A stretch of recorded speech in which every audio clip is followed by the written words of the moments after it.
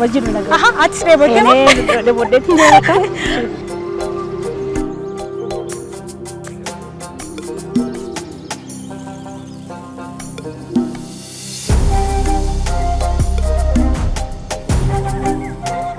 nagaan keenya kabajaaf jaalalaa bakka jirtanitti sinaaqaqabu risaa bizinas shoon keenya guyyaarraa eegalee jira egaan torban akkuma waadaa isiniif seennee sagantaa keenya tokko jennee jalqabuudhaaf har'a immoo magaalaa Bishooftuu bakka warshaa bishaanii kiyyaatti argamnee jirra egaa bakka kanatti hundeeffama isaarraa kaasuudhaan akkasumas immoo bakka kanatti tajaajila akkamii akka kennamu bishaan kiyyaa sadarkaa akkamii keessa darbee akka dhugaatiif tolutti akka inni ta'ullee kan waliin daawwannu ta'a egaa hanga xumura qophii keenyaatti nafaana tura.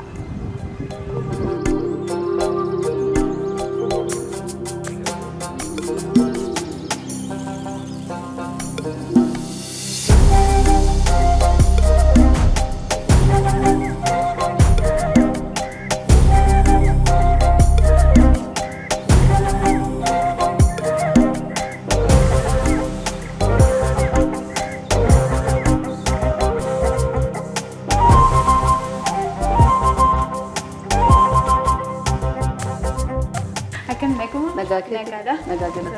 Naguma. Naga. Baga nagaan dhufte. Galatoomii. Noori. Gaara risaa bizinas shoonii sagantaa isaa isinii waliin taasisuudhaaf warshaa keessanitti argamneerra. Warshaa keenya baga nagaan dhufte. Si daawwachiisna itti aansuudhaan immoo amma barbaaddan bishaan kiyyaa dhuguu dandeessu. Kanaaf akka san si daawwachiisaniif anis amma tokko asii sin daawwachiisa. Tolee. Sabooda gara warshaa ol seentu.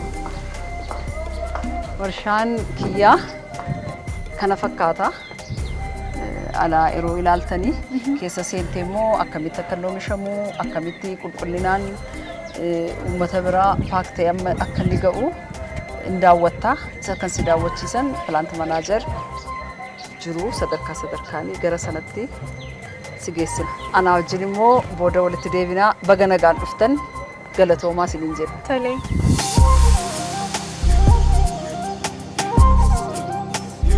Bagana gaan duftan kam jirtan nagaada bagana gaan warshaa kee bagana gaan duftan because of safety for safety management issue you can just baafte kofiya ka baafte uffata kana uffatte jechuudha.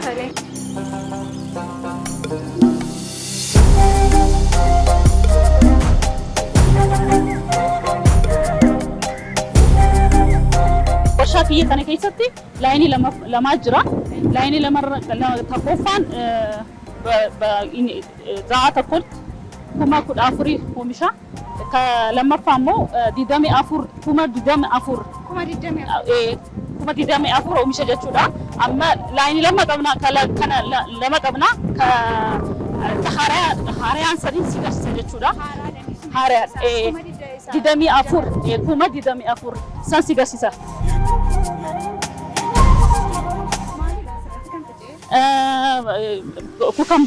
kukambar hajabni jirra bishaan kana asii keessa bahu asitti itti oomishna qonnaaf itti oomishna asiin seenna reception as qabna asiin seenne warshaa laalle jechuudha.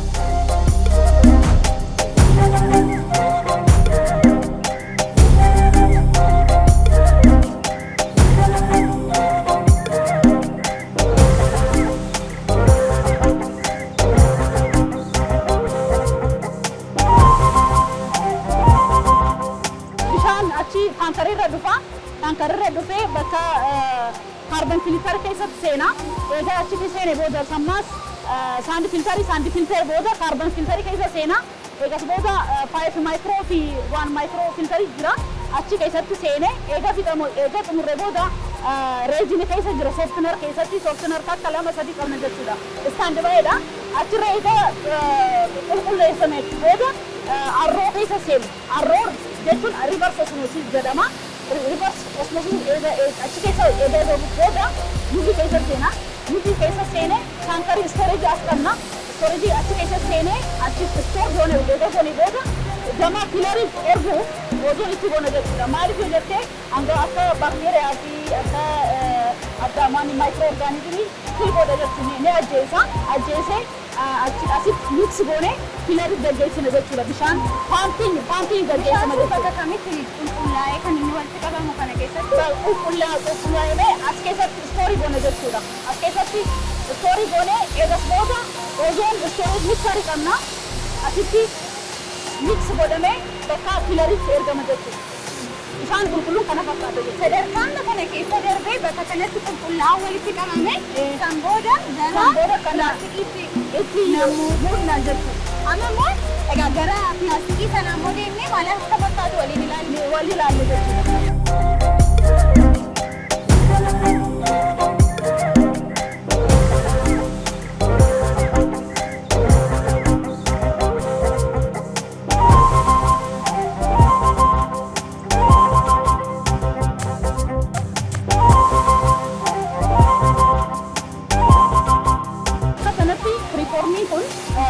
Garagalamee konvee godhamee blowing keessa seena jechuudha.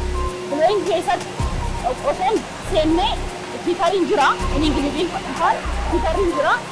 Hiit godhamee achitti blow godhama jechuudha. Ni afufama jechuudha. Isheen kanaafuu achi keessatti afuma asiin garsiisa maashina. Asitti immoo isheen kun garagalchamee konvee godhamee asiin gamaan as seenee kana keessatti ishee kana gartee miti. Kanatu isheetu as keessa seenee ni oowwa. Wajjin keessatti oowwee biloo godhamee as keessa dhufa jechuudha. Garteensi afufamee bahee jechuudha. Afufamee bahee akkanumatti eessa seena jechuudha. Filariin jira.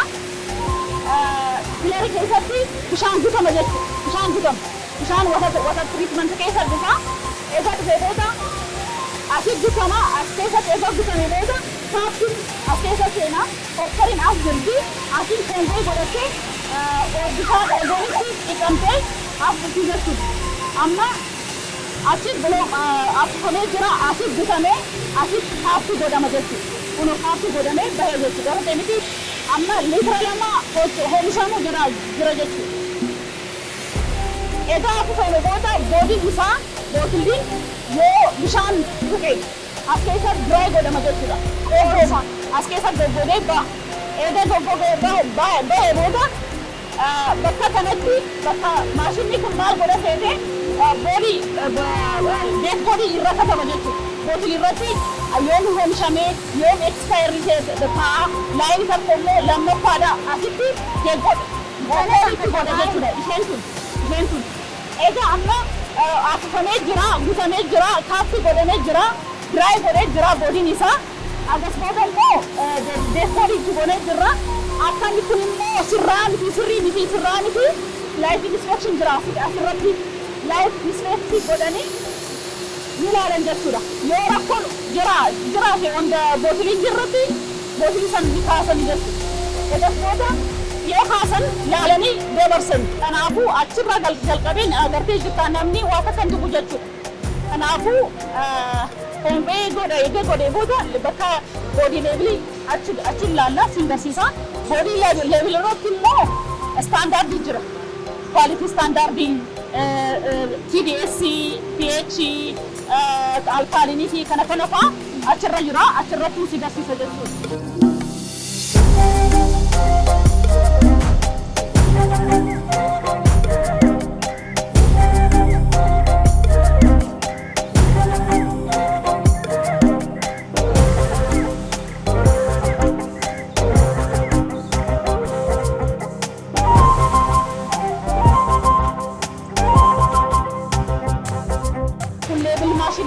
WHO standard quality standard jirti achirratti label godhamee kiyya jedhu achirratti godhama jechuudha. Maqaa biraandii sana kan maxxansu maashinii kana itti maxxansine maashinii kan itti maxxansu maashinii kana.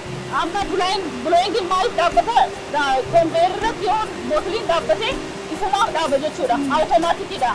Ifumaaf namni ifumaaf daddabarsa. Kun egaa muramee jalaan xumuramu. Amma boodiin godha boodii leebiliin itti maxxanamee miti. Amma maxxansiisaan immoo gaariidha. Ammoo gaarii miti. Amma filaayif inspeekshin asirra jira. Amma inspeek godhu jiranii jechuudha. Yoo rakkoo uumamee fi godhanii jechuudha. Kun kwaalitiidha.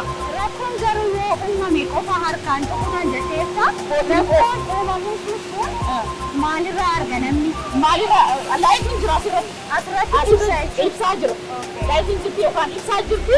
Ibsaa irratti ofiin okkoo argamu ni garsiisa. Kanaafuu santi godhanii jechuudha. Sana keessaa fuudhu yoo Keessa godhan. Amma xumuramee jechuudha. Amma leebel godhamee jira. Kanaafuu amma isa seena jechuudha. Gama paakarii deemaa jechuudha. Paakariin sun.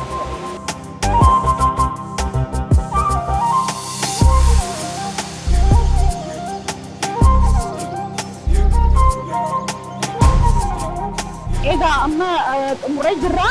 Bakka kanatti laayinii litira lama adda baasa. Ja'a godhee asitti adda baasa. Egaa adda baasee booda laastikni jira. Asitti laastika ja'a godhee maraa jechuudha. Laastikatti egaa maree fixee booda asitti ni oofuse jechuudha. Oofusee paak godhee baasa jechuudha. Akkuma agartutti egaa baasee booda eessa erga jechuudha. Gama paaletaayizarii jedhama. Maashinii suni isaaf erga jechuudha. Asuma irratti deemu. Asiin achiin deemnee ilaaluu dandeenya.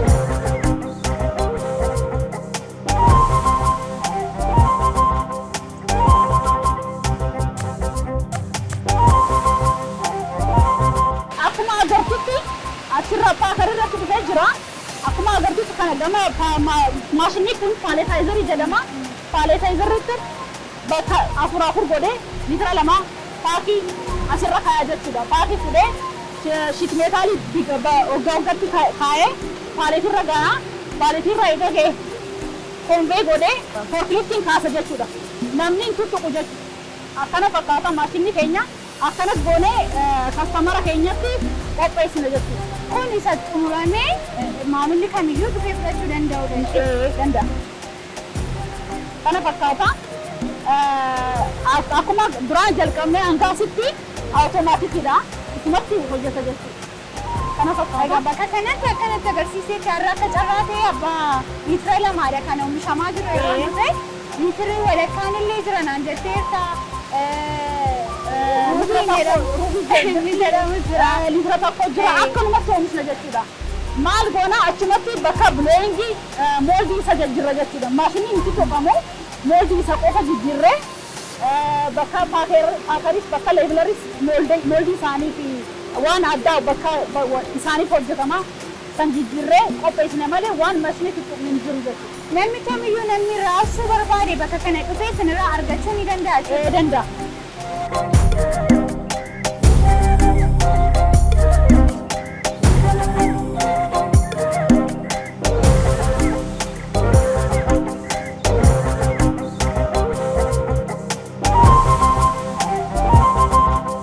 Daawwattoota keenya wajjin wal barii maqaa kee akkasumas immoo hojii keetii. Maqaan koo Yaadanii Ayyaanaan jedhama. Haadha qabeenyaaf itti gaafatamtuu bishaan kiyyaati. Warshaa bishaan kiyyaa akkasi. Ayyee Yaadanii irratti argachuu kootti guddaa gammadeera. Yeroo keerraa waan alaatteef galatoomi. Warshaan bishaan kiyyaa kun hammamii erga dhaabbate? Waggaa 6 dura kan inni dhaabbate bara 2012 kan inni hojii eegalee jechuudha. Otoo gara daldala gara bishaan oomishanii gurguruutti toon dhufin dura hojiin keessan kanuma ture moo daldala kan biraa keessa turtan?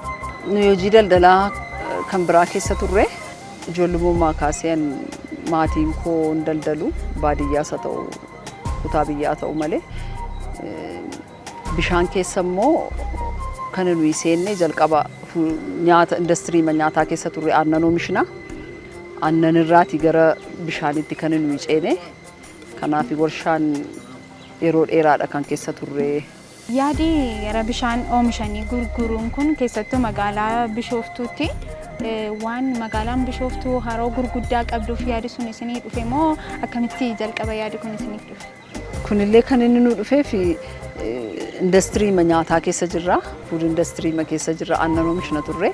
Kanarraan kan ka'eedha gara bishaanitti kan dhufne maaliif amma yeroo kana dura ture bishaan bootildii ta'e beekamaan turre amma yeroo gabaabaa keessatti garuu biyya keenya keessatti baay'ee namooti gargaaraman baay'ataniiru. Isaan alas bishaan qulqulluu argachuu qaba namni hin barbaada. Kanaaf hojiin kun hojii bu'aa qabeessa kan jedhuuni tajaajilni kennus waan qulqulluudhaaf bishaan ijoolleen namni guddaan dhukkubsataan hundumtu sababatti gargaaramuuf gara bishaan kanaatti yaadi keenya ce'e. Bishaan jireenya namaaf lubbuu namaaf barbaachisaadha namni jiraachuudhaaf bishaaniin alan jiraatu bishaan qulqulluu immoo hojii isaa eebbifamaadha. Hojii gaariidha isa jedhuudhaani biizinasii yeroo finnu immoo bu'aa qabeessa qaba maaliif uummati amma kana baay'atu kana booda gara fooyya'aa bishaan fooyya'aa barbaada isa jedhu gara kanatti dhufne. Egaa akka inni maqaa isaarraa argus akkuma beekuttis kiyyaa jedha bishaan kuni.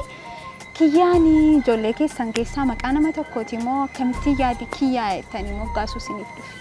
Maqaa kana kan moggaasnee fi kiyya hundumtuu hankooti jedhee akka dhuguufi. Hundumti kiyyaa jechuun kan kiyya kan koo kan dhuunfaa koo namni hundumtuu bishaan dhugaa bishaan malee hin jiraatu.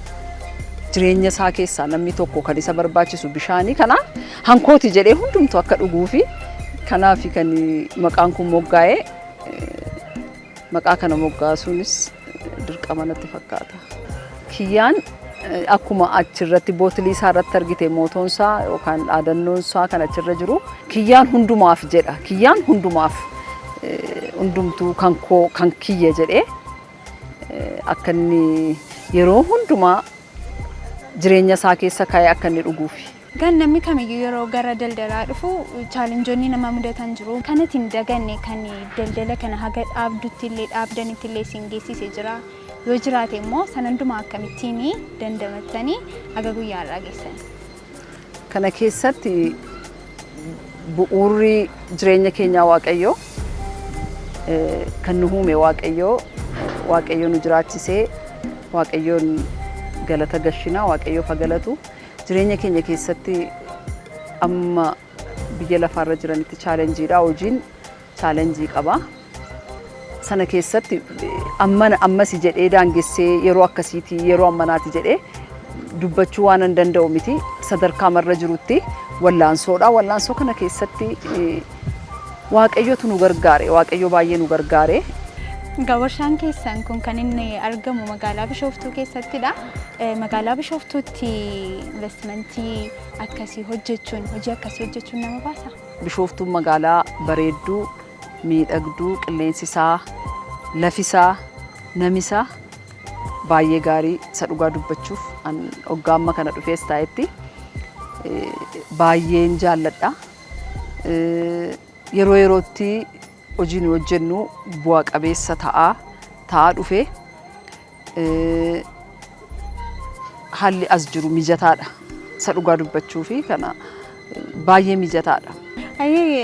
Adda yaadanii gara fuulduraatti immoo adda yaadanii egaa warshaa bishaan kiyyaa kanuma immoo kan biraallee biraandii kan biraatiin illee hojii kan biraatiin illee eegnu immoo gara fuulduraatti kaayyoon kee maalidha? Waaqayyo yoo jedhee Waaqayyo nu gargaaree bal'isuu yaalla. Hojii makanaa babal'isuu taansuudhaan gara juusii dhugaatii makanaa wajjin walitti qabatee gara sanatti tarkaanfachuu barbaadna. Mootummaan ekspanshinii nu dabaleera amma juusii gara juusii kiyyaatti dhufna jechaa jirra. Milkooftee immoo yeroo biraa juusii kiyyaatiin immoo akka walitti deebinu abdiin qaba.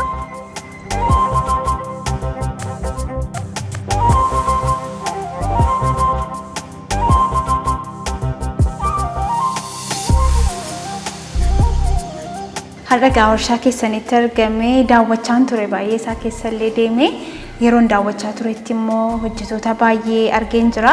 Meesin carraa hojii nama meeqaaf uumtan? Baga nagaan dhuftan gara warshaa bishaan kiyyaa jenna. Warshaan bishaan kiyyaa gara hojjetaa 211 qaba.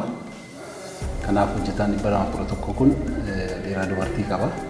Karaa guutuu ta'een hojii hojjechaa jirra jechuudha yeroo ammaa kana. Isin nama meeqa raabsitoota meeqaaf carraa hojii uumtan? Raabsitoota sadarkaa tokkoffaan jiran gara raabsitoota 177 qabna. Akkasuma immoo kii akkaawuntii qabna. Kii akkaawuntii gara 112 qabna. walumaa gala gara kastamarii 300 raabsinaa jechuudha bishaan kana. Kun dhaabbiidhaan raabsamudha jechuudha. Kana keessa guyyaatti warri fe'atu jira. Torbanitti yeroo lama warri fe'atu jira. Kanaafuu walumaa gala gara dhaabbataadhaan eejentii 300 ol qabna jechuudha yeroo ammaa kana. Warshaan kun egaa naannoo kanatti dhaabbachuu isaatti hawaasa naannoo kanaaf faayidaa inni buusee jira? Warshaan kun lafti kun qonnaan bulaa irraa fuudhame. Lafa qonnaan bulaa irraa fuudhamee jira kan nuuf kenname. Yoo lafa kana qonnaan bulaa irraa nuuf kennamu beenyaa akka qonnaan bulaa irraa kaffalleetidha. Hawaasa naannootiif immoo walitti hidhamiinsanii daandii hojjennee irraa tiraansfoormara hawaasa naannoo kana abbaa warraa naannoo 270 ta'u warshaan keenya dhaabeedha. Tiraansfoormarii ala kan agartan warshaan keenya dhaabeedha hawaasa kanarraa kan fayyadamaa jiru. Harka qalleeyyiidhaaf waggaa waggaadhaan inshuraansii fayyaa hawaasa naannootiif hin binnaa fi karaa mootummaatiin haala mijeessinee kaffaltii nuti raawwanne harka qalleeyyii naannoo kana jiru fayyaan isaanii akka eegamuuf karaa kanaan tajaajila argatu.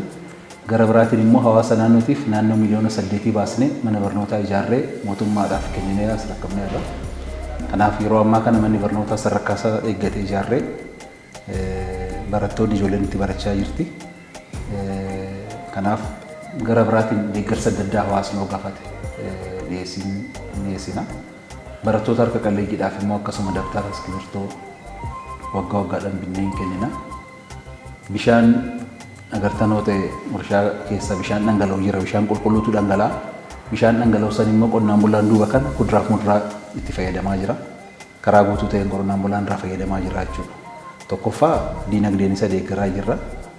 Diinagdee karaa kamiin deeggarraa bishaan nu biraa ba'uun qonnaan bulaan maasiisaa ganna handaraa haammate saniin lafti sun waggaatti yeroo 2-3 akkaataatti oomishuu danda'u carraa bishaan asii ba'u kanaan fayyadamee jira. Ijoolleen isaa immoo baadiyyaa keessa jira waan ta'eef ifa akkaataatti argachuu danda'an kaffaltii bishaan kiyyaa raawwateen tiraansfoormarii abbaa warraa 270 dhiyeessinee fayyadamaa jira. Gara hundaanuu walitti dhufeenyi hawaasa naannoo kanaa wajjin bishaan kiyyaa qabu baay'ee cimaadha jechuudha.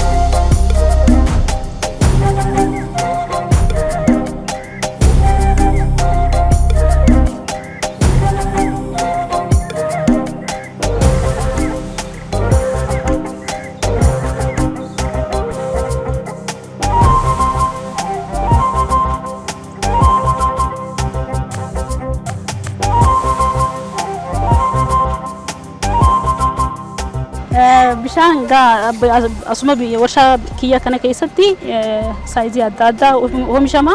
Liitira 2 tokko gimmaashaa fi 0.35 oomishna. Immoo istaandaardiin leebirarratti asumarratti kaayamee jira. Istaandaardiin kun eessarra dhufee WHO nu kennee jechuudha. Namaaf immoo gaariidha kun istaandaardii qaba. pH jirti, TDS jira, chloride jira, sodium jira. Immoo istaandaardiin asumarra jira jechuudha. Namaaf kun istaandaardiin kun namaaf gaariidha hojjetamudha jechuudha. Egaa amma bishaan kiyyaa sadarkaa hammamii keessa darbee akka inni xumura yookiin dhugamuuf akka ta'utti waliin daawwanneerra qulqullinni isaas maal akka fakkaatu akkasumas immoo pilaastikatti akkamittiin akka namu maal waan hundumaa daawwanneerra. Egaa bishaan keessa bakka bishaan oomishamu keessa taa'ee eebochaa ture atis naa laatteetta. Nama saammoo gaasteen immoo ilaaleen nama saammoo immoo ilaaleen wajjin nagaa. Aha atis dheebottee moo? Dheeboddeetti jaalata.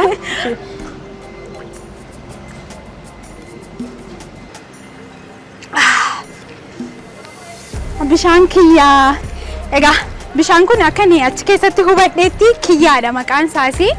Kan kiyyamadha jedhee yaada. Egaan kabajamtoota daawwattoota keenya kiyyaan bishaan kiyyaa hundeeffama isaarraa kaasuudhaan akkasumas adde yaadanii waliin bal'inaan haasofneerra. Egaa as immoo bakka warshaa kanatti immoo bifa kamiin oomishame dhugaatiidhaaf akka inni tolutti akkamitti sadarkaa akkamii keessa akka inni darbu waliin daawwanneerra. Egaa Risaa Biizines Shoon keenya guyyaa har'aa kana hanga ammaatti daawwattan ture hundeeffama isaarraa kaasuudhaan bishaan kiyyaa dhugaatiidhaaf akka tolutti sadarkaa akkamii keessa darbee akka inni as ba'u waliin daawwannee jirra. Akka jaallattanii fi akka barumsa irraa fudhattan abdii guddaan qaba. Torban immoo Risaa Biizines Shoo kan biraatiin nagaa walitti deebinutti nagaan tura.